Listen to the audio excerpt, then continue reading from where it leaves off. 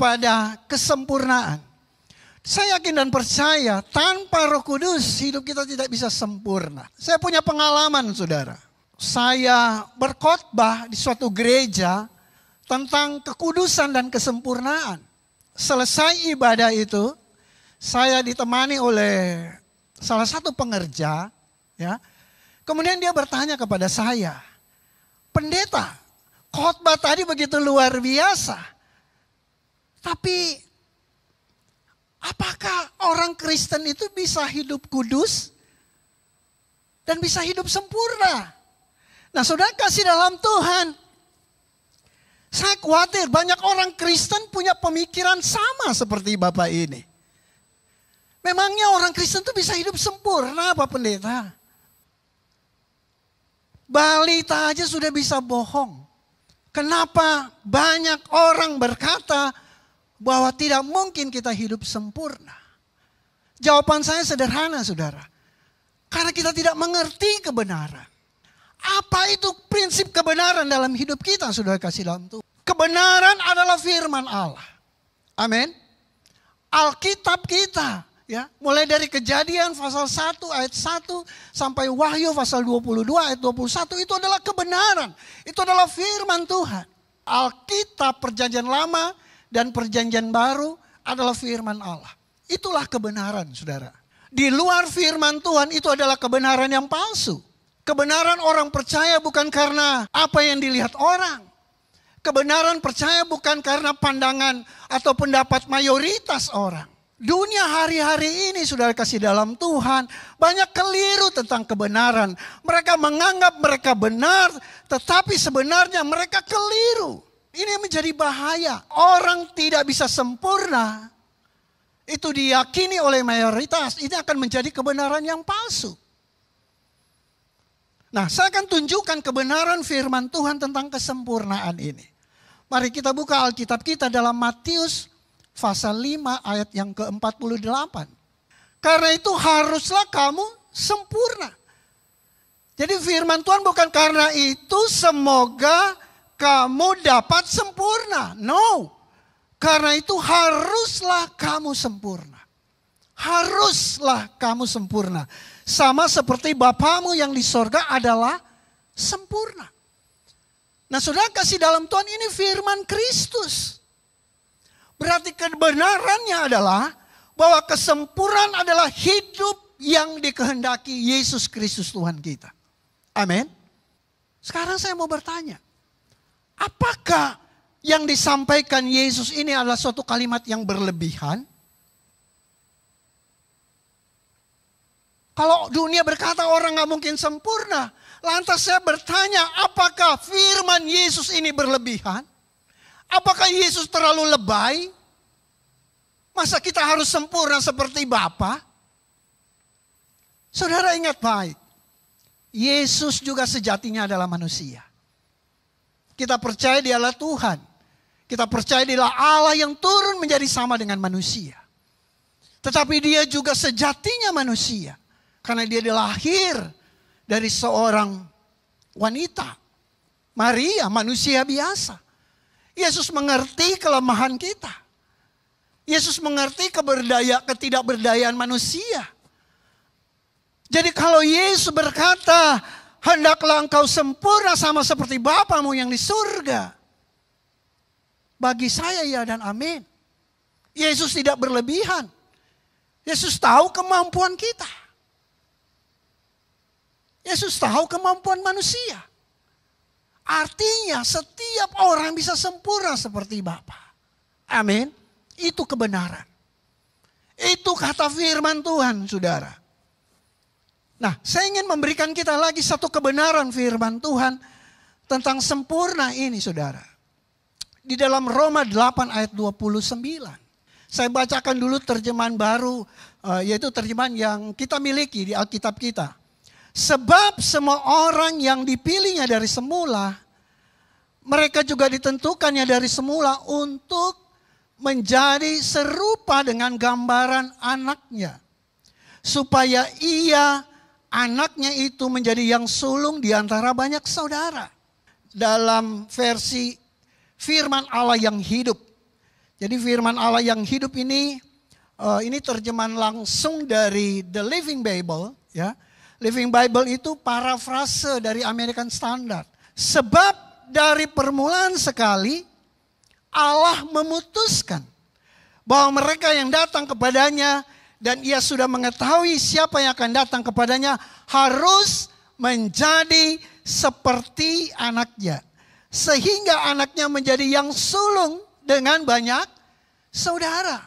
Jadi saudara kasih dalam Tuhan, ayat ini mau menjelaskan, saya sederhanakan bahwa Allah sudah menentukan, bahwa Allah sudah memutuskan barang siapa orang yang percaya kepada Yesus, hidupnya harus sesuai segambar dengan anaknya. Hidupnya harus menjadi seperti anaknya. Ini kebenaran firman Tuhan. Jadi hidup yang sempurna adalah hidup yang seperti Bapa, hidup yang serupa dengan gambaran anaknya, itu seperti Yesus Kristus. Dan mungkin saudara bertanya, Yesus bilang kita harus sempurna seperti Bapa, tetapi Bapa bilang kita harus segambar serupa dengan anaknya. Pak Indra, mana yang benar ini? Harus serupa dengan Bapa atau harus serupa dengan Kristus? Saudara kasih dalam Tuhan, Bapa dan Yesus adalah satu. Amin. Yesus berfirman, aku dan Bapa adalah satu. Jadi sama aja. Sama aja. Jadi hidup yang sempurna itu adalah hidup yang serupa dengan gambaran Yesus. Adalah hidup yang meneladani Yesus. Itulah hidup yang sempurna. Moralitas kita seperti Kristus. Spiritual hidup kita seperti Kristus. Kristus selalu berdoa. Kristus selalu ke bait Allah. Kristus selalu menyampaikan kebenaran firman Tuhan. Bahkan dia hidup dalam kebenaran firman Tuhan. Jadi moralitas kita harus seperti Kristus. Spiritual kita juga harus seperti Kristus. Amin. Dan cara pikir kita harus seperti Kristus. Itu sebab firman-Nya dia berkata, makananku adalah melakukan kehendak Bapa dan menyelesaikannya. Makananku adalah melakukan kehendak Bapa dan menyelesaikannya. Amin. Artinya dalam hidupnya dia selalu berusaha untuk melakukan kehendak Bapa. Nah, ini yang harus menjadi bagian dalam kehidupan kita. Apapun profesi kita, kita harus punya pemikiran bahwa hidup kita harus senantiasa berkenan kepada Allah. Hidup kita harus sepadan dengan Kristus. Itulah hidup yang sempurna. Itulah hidup yang sempurna. Hati-hati saudara kasih dalam Tuhan. Kita diombang-ambingkan dengan pengajaran-pengajaran bahwa tidak mungkin menjadi sempurna. Nah saudara kasih dalam Tuhan, mari kita lihat bagaimana kita bisa hidup seperti Kristus. Efesus pasal 4 ayat 9 sampai 13 firman Tuhan berkata, bukankah ia telah naik? Berarti bahwa ia juga telah turun ke bagian bumi yang paling bawah. Yesus telah naik ke surga. Dan juga ia telah turun ke bagian bumi yang paling bawah. Ayat 10, ia yang telah turun, ia juga yang telah naik jauh lebih tinggi daripada semua langit. Untuk memenuhkan segala sesuatu. Memenuhkan artinya to fill all things. Bagaimana Tuhan mengisi kehidupan umatnya ketika dia di surga. Yaitu janji Roh Kudus. Roh Kudus itulah yang memenuhi segala sesuatu kehidupan orang percaya. Dan ayat 11 dikatakan, dan ialah yang memberikan baik rasul-rasul maupun nabi-nabi, baik pemberita-pemberita Injil maupun gembala-gembala dan pengajar-pengajar untuk memperlengkapi orang-orang kudus. Artinya memperlengkapi orang-orang yang dikuduskan Tuhan. Dan bagi pekerjaan pelayanan, bagi pembangunan tubuh Kristus. Jadi saudara kasih dalam Tuhan, ayat ini menggambarkan bahwa Tuhan memakai para rasul, nabi-nabi, pemberita-pemberita Injil maupun gembala-gembala dan pengajar-pengajar untuk memperlengkapi orang-orang kudus bagi pekerjaan pelayanan, bagi pembangunan tubuh Kristus. Gereja adalah tubuh Kristus. Saudara dan saya adalah tubuh Kristus. Ayat 13. Sampai kita semua telah mencapai kesatuan iman dan pengetahuan yang benar tentang anak Allah. Kedewasaan penuh dan tingkat pertumbuhan yang sesuai dengan kepenuhan Kristus. Ya. Jadi tingkat pertumbuhan yang sesuai dengan kepenuhan Kristus, terjemahan firman Allah yang hidup, sampai benar-benar mencapai kesempurnaan Kristus. Jadi saudara kasih dalam Tuhan, ini yang Paulus pesankan ketika dia menerima pewahyuan dari Tuhan. Dia sampaikan kepada jemaat Tuhan yang ada di Efesus. Yesus sudah naik ke surga. Tetapi di surga dua dia memenuhi, dia fill all things sebagai kehidupan orang percaya. Yesus pakai gembala, Yesus pakai nabi, Yesus pakai rasul-rasul, Yesus pakai pengajar-pengajar. Untuk apa saudara?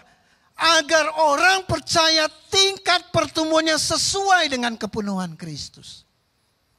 Apa artinya tingkat? Artinya ada proses. Amin. Ada level, ada tahap demi tahap yang harus dilalui. Karena membangun tubuh Kristus ada waktu, saudara. Kita membangun rumah ada waktu. Kita membangun sesuatu ada waktu, ada proses. Betul kita semua belum sempurna. Tetapi saya mau kita semua harus mau menjadi pribadi yang sempurna. Amin. Sempurna itu proses. Sempurna itu proses. Pada tingkat pertumbuhan. Saudara kasih dalam Tuhan. Rasul Paulus. Dia orang yang luar biasa. Dia rasul yang luar biasa. Dia pernah berjumpa dengan Yesus. Bahkan dia dipenuhi dengan Roh Kudus. Bahkan dalam pelayanannya selalu ada tanda-tanda heran dan ajaib, ada mujizat. Dia pun belum sempurna. Dia menyampaikan pewahyuan Tuhan bahwa setiap orang-orang yang sudah dikuduskan harus pada tingkat pertumbuhan seperti Kristus. Dia pun belum demikian. Paulus pernah berkata, sebab bukan apa yang aku inginkan, yang baik yang aku perbuat. Tetapi yang bukan aku kehendaki, yang jahat yang aku lakukan. Artinya setiap kali dia ingin berbuat baik. Tapi kenapa yang jahat, yang tidak baik yang dia lakukan?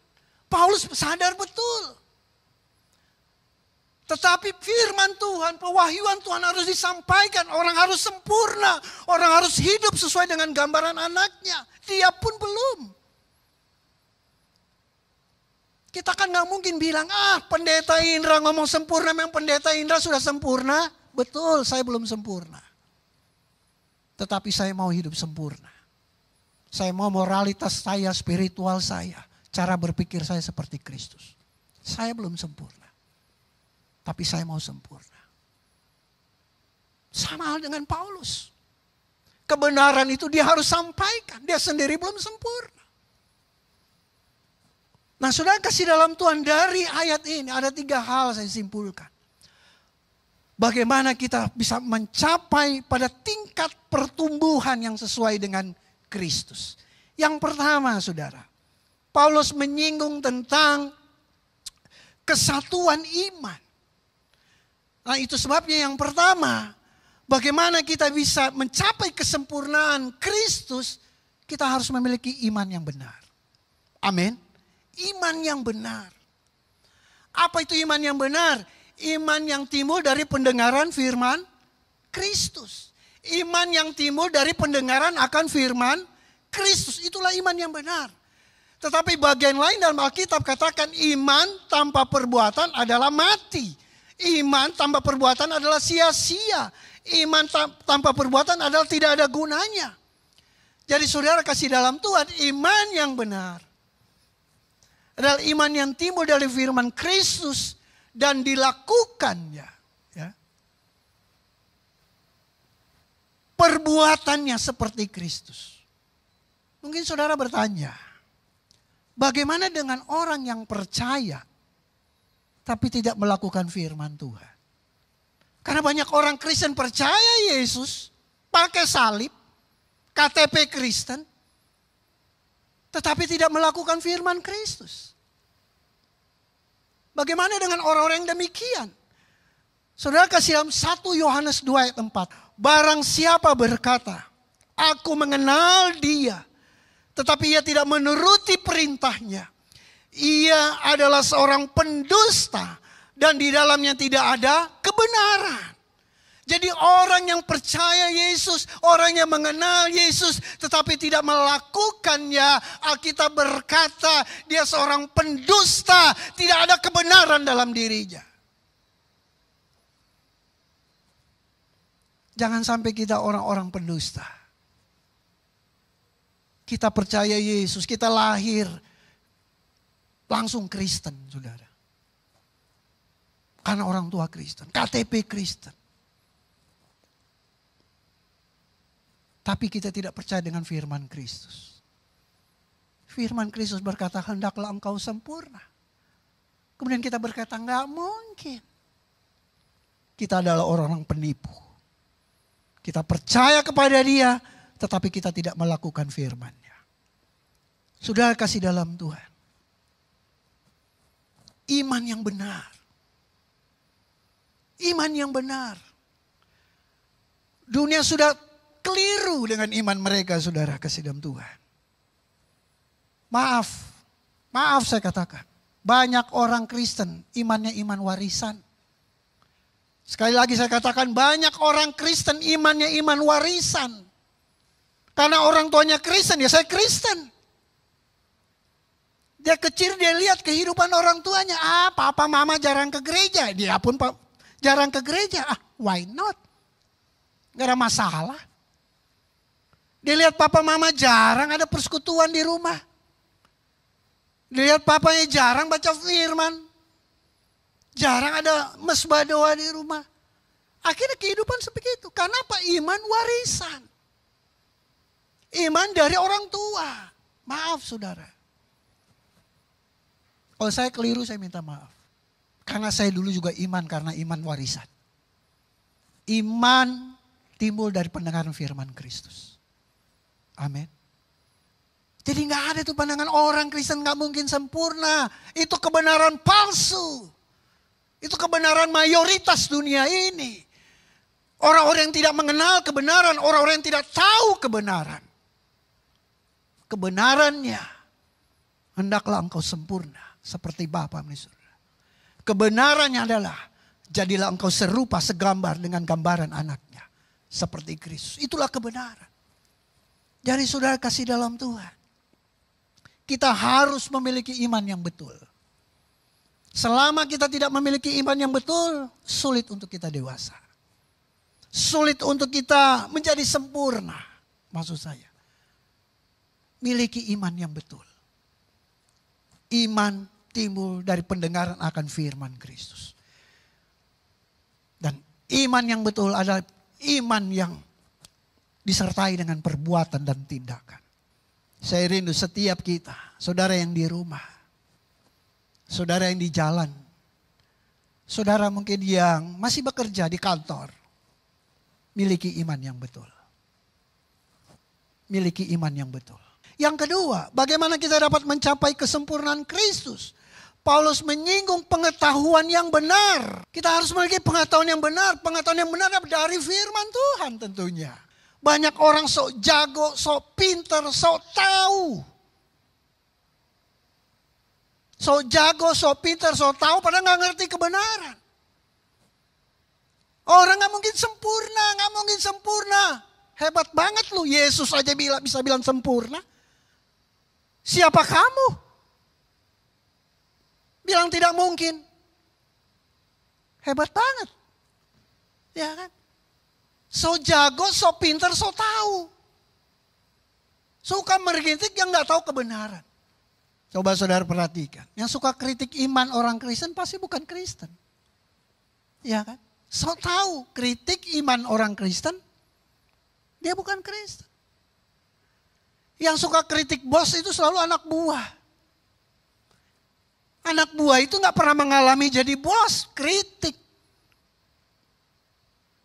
Yang suka kritik gembala itu bukan gembala, jemaat itu. Dia gak ngerti bagaimana susahnya jadi gembala. Kritik gembala terus. Yang suka kritik gereja besar ya gereja kecil. Gak pernah jadi besar dia, maka dia kritik. Gak punya pengalaman, gak punya pengetahuan bagaimana menjadi gereja yang besar. Ya kan? Yang suka mengkritik pendeta bukan pendeta. Yang suka mengkritik pastoral dia bukan pastoral. Kurang pengetahuan, tapi sok mengkritik. Kalau kita mau sempurna, iman kita harus benar. Pengetahuan kita harus benar. Mengerti firman. Itu sebabnya kalau ada ibadah belajar firman. Belajar firman. Nah yang ketiga, saudara kasih tahu bagaimana kita dapat mencapai kesempurnaan Kristus. Paulus menyinggung tentang apa? Kedewasaan rohani. Iman kamu betul, ya, pengetahuan betul, tapi harus dewasa rohani. Apa bedanya anak-anak sama orang dewasa? Anak-anak itu cengeng. Betul. Anak-anak itu cepat sakit hati. Anak-anak itu baper.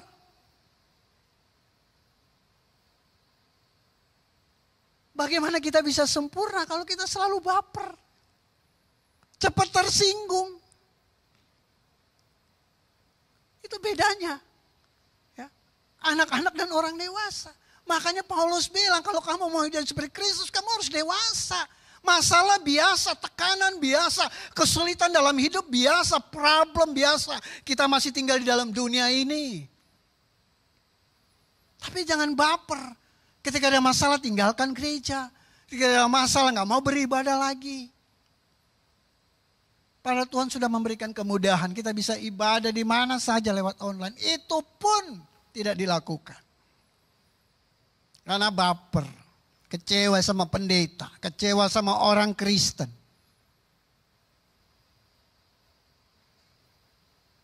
Kekanak-kanakan. Apa bedanya kanak-kanak sama orang dewasa? Kalau soal makanan, anak-anak tuh hanya mau makanan yang enak. Ya. Di meja makan ada sayur gak disentuh, gak enak. Dia hanya mau makan yang enak. Nah banyak orang Kristen seperti ini. Maunya dengar khotbah berkat, ya, khotbah tentang kelimpahan, mujizat, kesembuhan. Wah, kalau bicara tentang kekudusan, kesempurnaan, dosa, udah males dia. Kekanak-kanakan. Orang dewasa itu gak pilih. Gak milih-milih. Ya. Semua dia terima. Sebuah kebaikan buat dirinya. Itu dewasa. Dan anak-anak bedanya dengan orang dewasa. Ya. Anak-anak itu apa? Lebih banyak mainnya daripada belajarnya. Betul? Anak-anak itu lebih banyak mainnya daripada belajarnya. Belajarnya berapa jam sih? Habis itu main dari pagi, main HP lah, apa dan sebagainya. Nah orang dewasa harus lebih banyak belajarnya daripada mainnya. Kehidupan ini adalah proses belajar. Ketika ada masalah, ketika ada tekanan, ketika ada pergumulan, belajar. Mungkin saya harus belajar untuk rendah hati, saya belajar sabar, saya belajar mengampuni. Itu orang dewasa. Kenapa orang bilang gak mungkin sempurna? Karena kamu masih kanak-kanak. Anak-anak itu gak ngerti komitmen sama tanggung jawab. Orang dewasa mengerti komitmen dan tanggung jawab. Hidup kita harus bertanggung jawab. Jadi suami yang bertanggung jawab. Suami yang seturut dengan kebenaran dengan firman Tuhan. Jadi istri yang bertanggung jawab adalah istri yang melakukan tugasnya, tanggung jawabnya seperti yang difirmankan Tuhan. Itulah hidup yang bertanggung jawab. Nah saudara kasih dalam Tuhan. 3 hal ini Paulus ingatkan. kepada jemaat di Efesus. Dia tahu dia sendiri belum sempurna. Tapi dia berjuang. Apa yang Paulus katakan, aku mengakhiri pertandinganku. Sampai selesai. Dia terus berjuang untuk menjadi segambar serupa dengan Kristus. Paulus mengingatkan bahwa perlu iman yang betul. Paulus mengingatkan, firman Tuhan mengingatkan kepada kita semua perlu pengetahuan yang betul. Dan yang ketiga, perlu kedewasaan. Nah, pertanyaannya ini sebagai yang terakhir sudah kasih dalam Tuhan. Bagaimana Roh Kudus menuntun kita kepada kesempurnaan? Kita harus sempurna. Bagaimana Roh Kudus bekerja?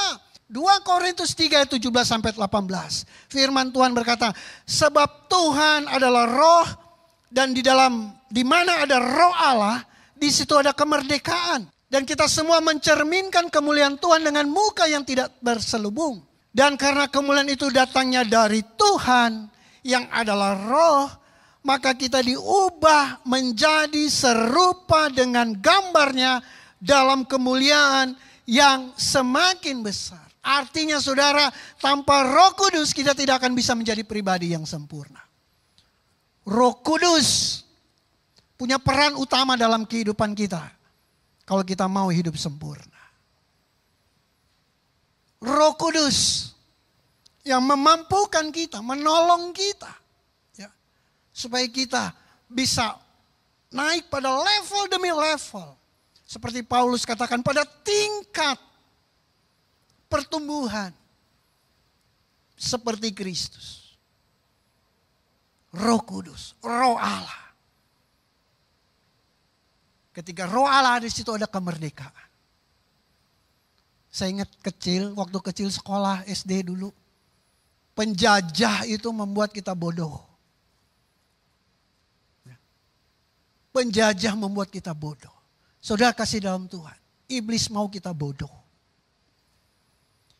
Iblis mau kita tidak mengerti kebenaran. Itu sebabnya hari ini. Jadikan hari yang spesial. Setiap kita terima Roh Kudus. Biar Roh Kudus bekerja. Membuka wawasan kita, pemikiran kita.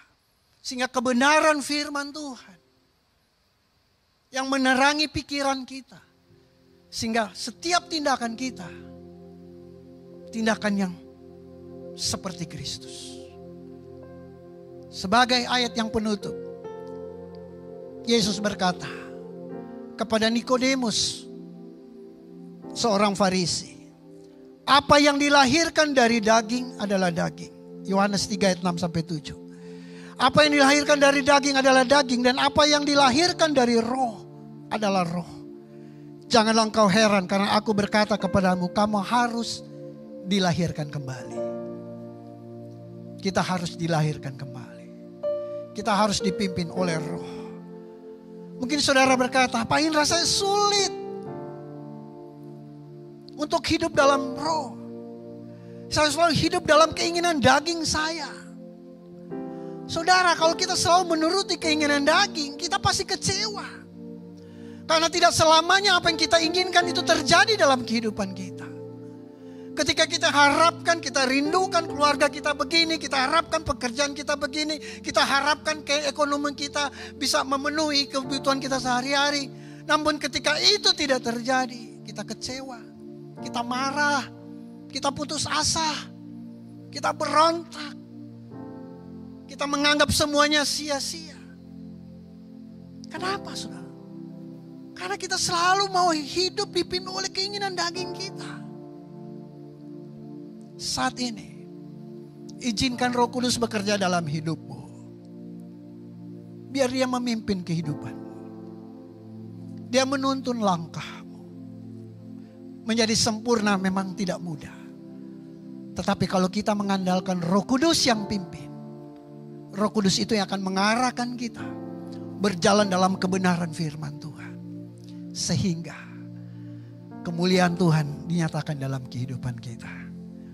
Haleluya.